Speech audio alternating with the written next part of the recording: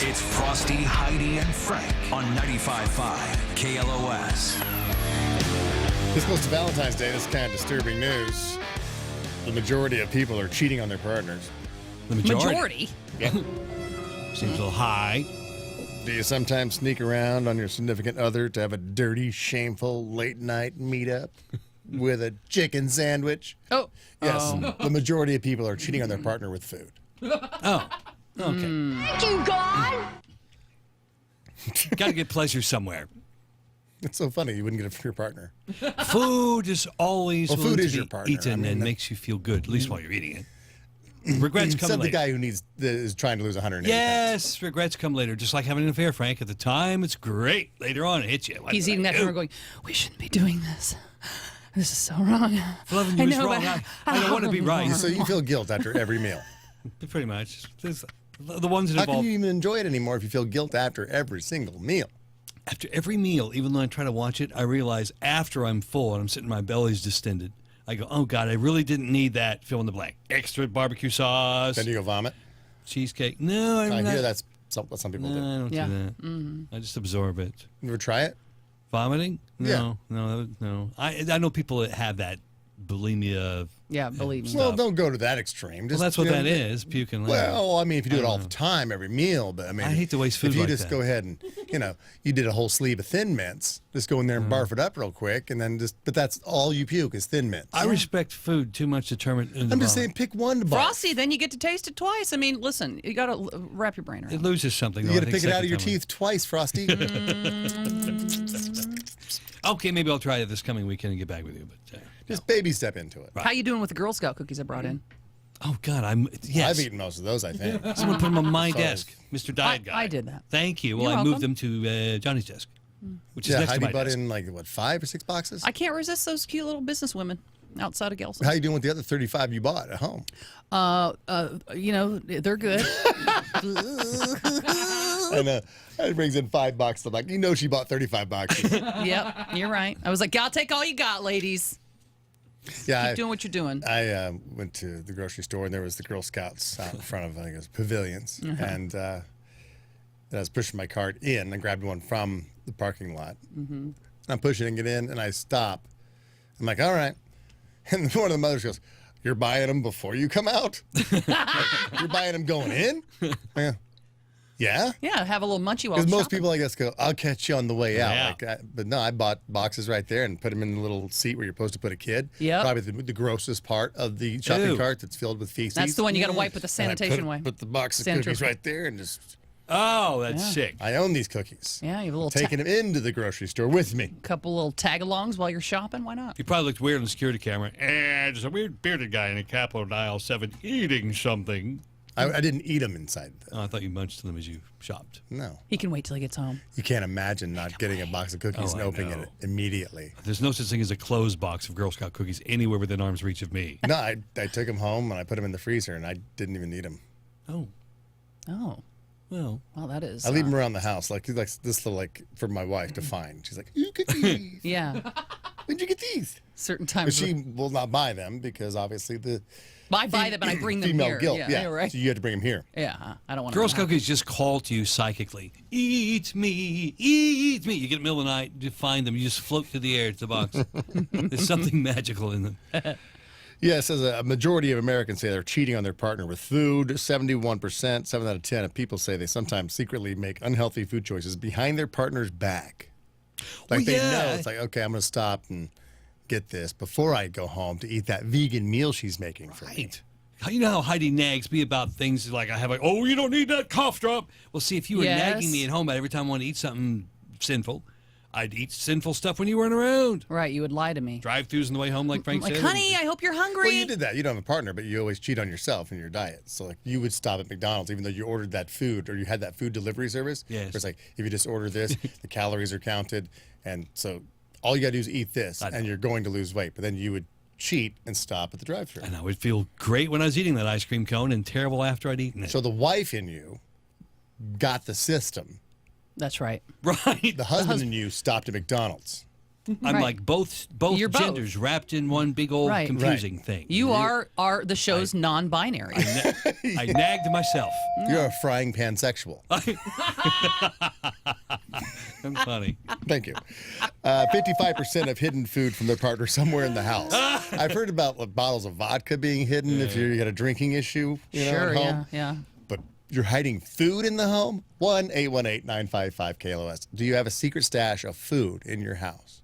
Makes sense if you don't want whoever you're living with to eat it, like it may be your favorite food, and you want the whole bag or box of But there whatever are like it is. areas that guy like in your house, your wife probably has that drawer in the bathroom that maybe has her makeup and stuff in it. It's like her makeup or lip stuff. What you're just like, no, that's not. She doesn't go in there, so she could put candy bars and stuff in there because that's her drawer, that's her side of the vanity. You're like, I don't open that. Maybe the garage, like my wife, that's her domain. I don't know what the hell's going on out there. Do you think there's candy bars in the garage? Her big thing is bacon. And I'm like, you don't need, because where she works downtown. Very prestigious building. They have full catered breakfast, lunch, and dinner. Wow. And so she can have what she can go up and go. We got a new coffee machine. That's why I told her, I go, hey, we have a vending machine. No, did you see the new coffee machine? I It's did. amazing. Kick ass. Yeah, it makes you can everything. get whatever you want. It's like a little Starbucks in there. And so her big thing is the bacon every day. I go, honey, you can't be eating bacon every day. But she goes, well, I go down and I get the omelet or whatever they make for me. And And they're already made. The strips are there. they're extra crispy. And she was eating them every day. And Is your sometimes at lunch cholesterol you get a checked? BLT and stuff. I go, you got to knock that off. Like Why though? I mean, she's not unhealthy. No, but just because you're little doesn't mean your heart can't handle strips of bacon every day. Yours can't, but hers can. Like you said, Sicilian or something. Her metabolism, her whole family's thin. Yeah, I My know. grandpa but lived almost 90 years old, and every single meal, breakfast, lunch, dinner, he had a bowl of gravy made with grease. I mean, since he was a kid. Every meal? Every The meal. apple doesn't Gravy, fall- gravy, fall gravy, far I from know. Gravy every meal? You know, it was breakfast, good. breakfast gravy, biscuits and gravy. Yeah, well, the kind of gravy made where, they Okay. used to have a big old tub of grease. Like the on white gravy, like that Yes. kind of gravy. Oh. So it's Like just flour and water. and grease. Lots of But big where do you get scoops the grease and from if he season- only made gravy every meal? Bacon? Grandma had this big, huge vat labeled grease. But where'd on she the- get the grease from? I don't know. I don't know. Wait, what she whenever got. you Or do is it just bacon, lard, like Crisco You lard? pour stuff whenever you fry you pour the something. bacon grease into the Yeah. coffee can. Like Yeah, So can he would have bacon as well. everything. Yeah, everything Grandma would fry with grease. She'd pour it in this grease can, and that would start the gravy. Anyway, the point is, he was almost 90 years old, well, and he had that every So day. everybody else ate normal food, and only Grandpa ate gravy every meal. Gravy, gravy, gravy. He had a case. But let to be 88, 89 years old. Yeah, So I there mean- you go, Heidi. Let her have her bacon. I guess so. So- But I mean, People Frosty do. looks like hell, but people in his family live a long time. yeah. My doctor, when you missed this, Frank, because you were busy fighting your own death store battle with your terrible diseases, but that's when I had my physical, and my doctor saw the numbers, my physical, and Oh yeah, you told me. well, He yeah. said if you don't move or do this changes, you're gonna die. He says you're dying. He says you'll be dead in six months. If you don't change some things, you could die in 6 months. He told me that, but he didn't. I didn't tell you this. He says, I said, I don't know. Are you okay? Do you have any? And started rattling off some side effects. I said, no, I don't have any of those. I'm fine. He goes, well, you must have a really resilient body then. Oh, So I don't look at you and think resilient, I'm but I mean, I guess. resilient. Yeah. Like a cockroach. I am. Speaking of like facing death down, the phrase "over the top," you know where it comes from? He's so over the top. From Horseshoes. No, it comes from World War I. I was watching 1917. If you did see that movie, it's like there's the trenches that the soldiers would be in, and then they'd have to go over the top to go basically out and charge the battlefield. And that's what over the top, where that came from. It's when soldiers would go over the top of a trench and face death. I was watching YouTube with my son the other day, and he wanted to, like, hey, Dad, let's watch Close Calls. And I'm like, okay. So he found this Close Calls channel. It's basically near misses of death. I'm okay. Yeah, might be a those creep me photographer who's like, it's like a car race going on. He's down there at the corner, and the car goes off and just barely misses the guy. It's like everything is just like, Like oh no. you're just puckered the whole time watching that Yeah. show. You're, oh, God. people like crossing the street, and so it's like it'll be a dash cam of the car watching the person cross the pedestrian in front of the car, and the car will go by, zip, just barely miss the person. There was a car flying by, a guy walking across the street, but kind of like at an angle, but facing away from the car that's approaching him fast. The car hits his back foot, knocks his shoe off. Doesn't knock him down, but sends his shoe flying. But I mean, just the hair from death. He needs to buy a lottery ticket. He's a very lucky man. Wow. So is it you, like you said, you're facing death with your habits. But I'm have you ever faced death? 818-955-KLOS. You thought this is it. This is how I will die. Like Rachel called earlier. She's on an online date.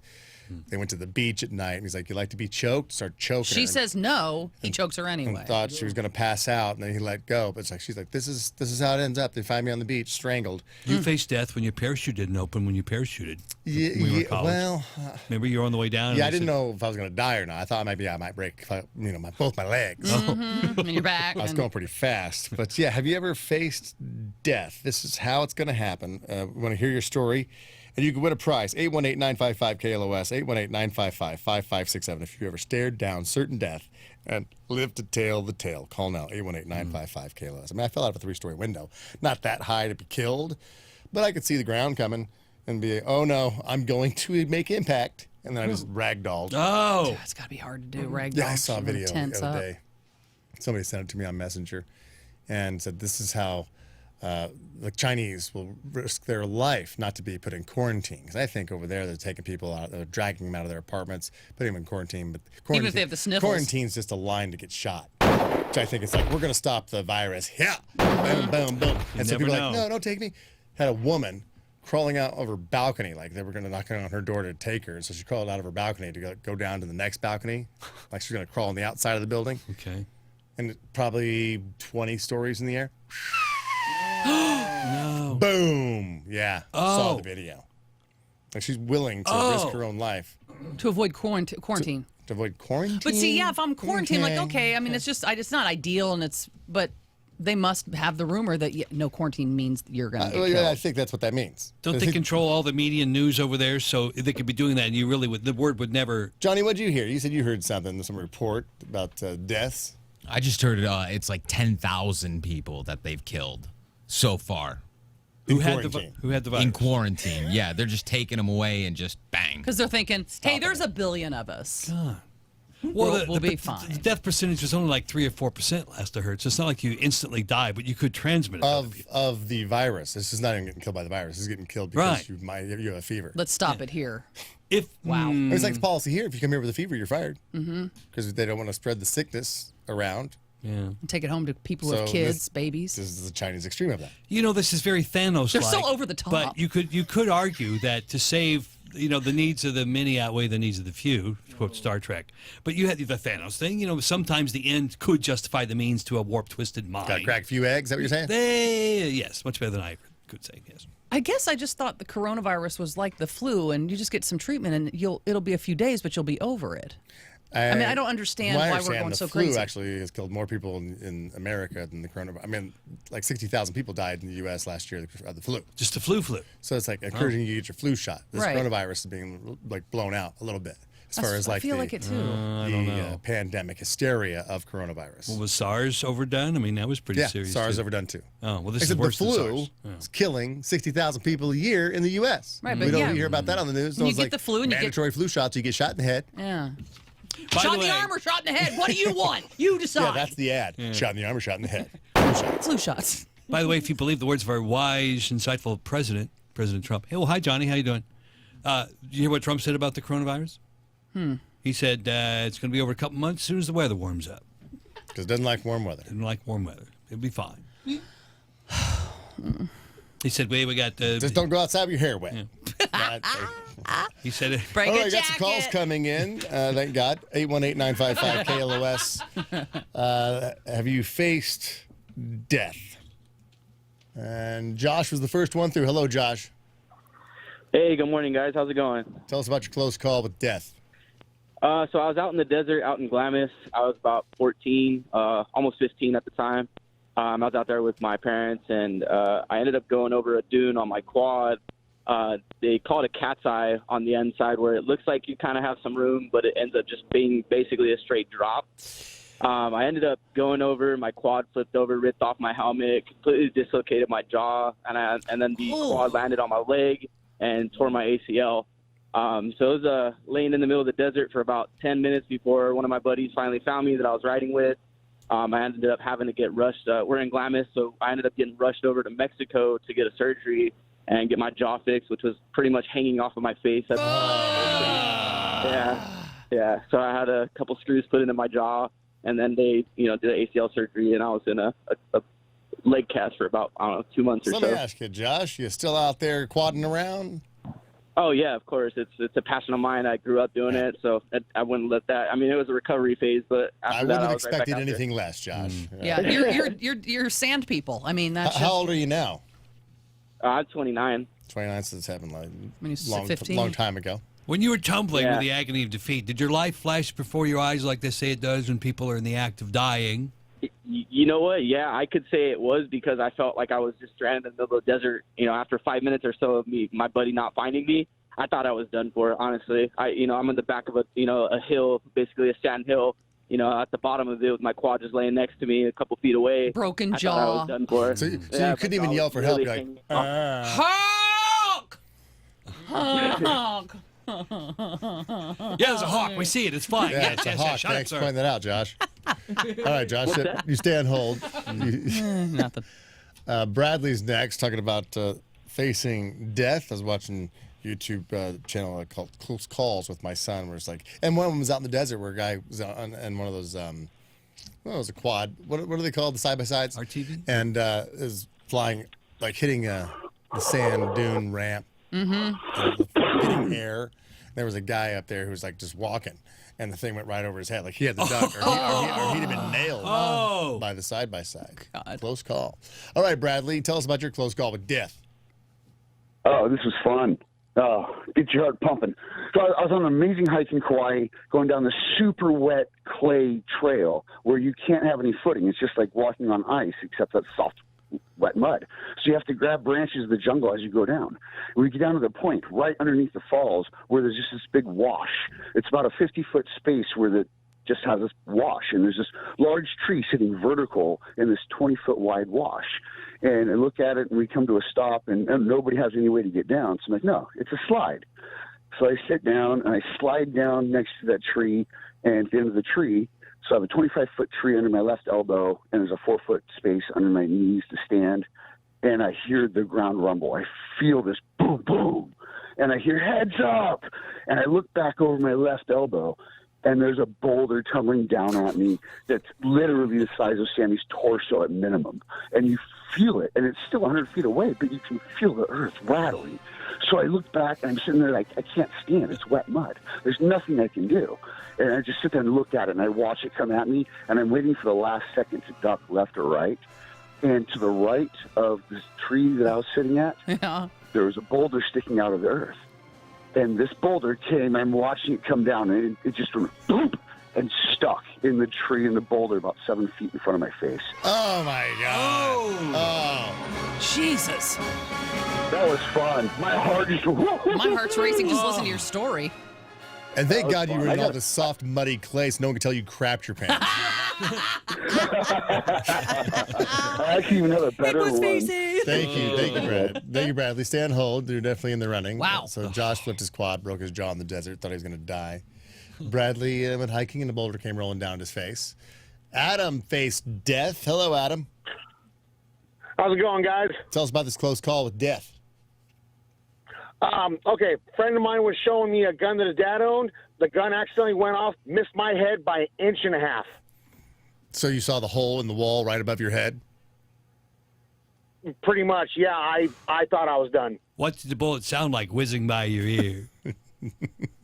It sounded like, oh, crap, I'm going to die. Yeah, right. So you just heard the gun go off and then the look on your friend's face. Yeah, we had that oh crap look, like he thought he was about, he almost Did you shot. put your hand to your head like I feel like I would do, like, oh, did I get hit? No. All right, stay on hold, Adam. No, okay. We'll never know what he Yes, he we'll did. never- I we'll for me. never know. I. Michelle, you have a close call with death. Tell us about it.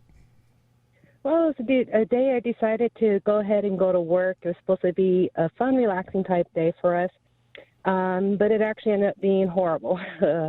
It was from the San Bernardino terror shooting. I was actually ended up getting shot on my right side. Oh, my God. And it was just really crazy because when we heard the gun firing. We heard it coming from outside. And then, sorry, I'm a little shaken because, the story. It's okay.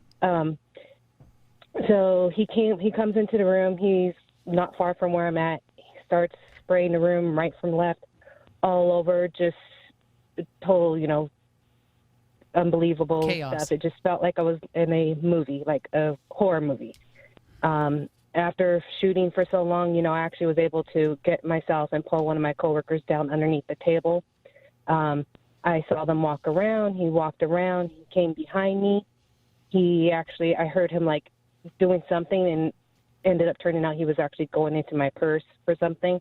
But he actually kicked my right leg to see if I was still alive or not. And then at that point is when he actually shot me. And then there was a couple more shots, and then they walked out. And then within a minute, all the police start coming in.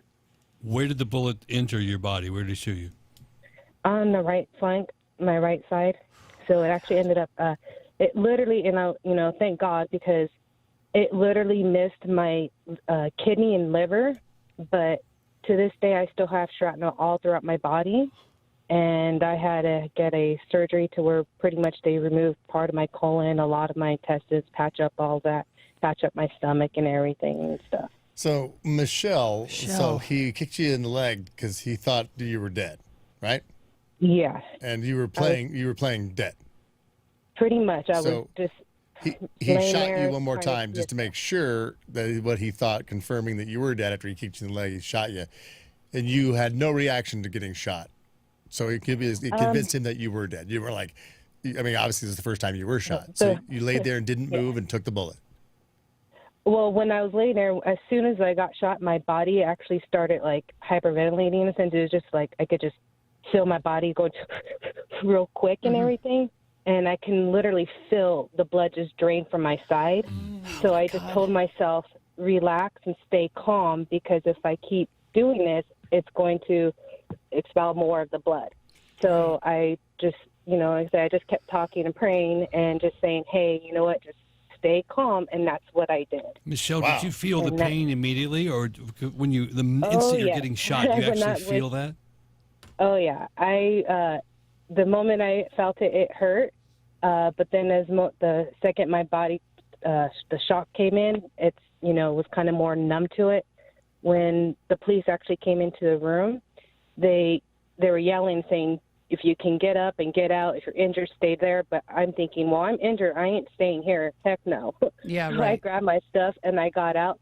Then the police out there, they're like, oh, honey, you need to get down. You're shot. I said, oh, I know I'm shot. I was like, but once I'm down, I said, I'm not getting back up. And as soon as they laid me down, it took 2, 3 of their guys actually 2 of them to actually help me get up and take me to the triage area, because I could not basically really walk or anything. Michelle. Because my body was already completely gone, numb. Thank you for calling, Michelle, and sharing your story with us. I'm going to give everybody who called with their near-death experience a prize. So I'm going to send you. You want to rock out, or you want to laugh a little bit, Michelle? Your choice. All right. I think you get a good laugh. I'm going to send you to see Trevor Noah, Loud and Clear Tour at the Pacific Amphitheater Friday, July 17th. Plenty of time to plan for that one. Let's see. I'll give Josh, who flipped his quad the desert, Dirty Honey tickets. The Paris House of Blues in Anaheim, February 27th. Let's see. Adam almost got shot in the head. Adam, you're going to go see Fish at Summer Tour 2020 at the Forum on July 24th. Thank everybody who called in with their near-death experiences. Oh, boy. Thanks, Michelle. Your close calls with death.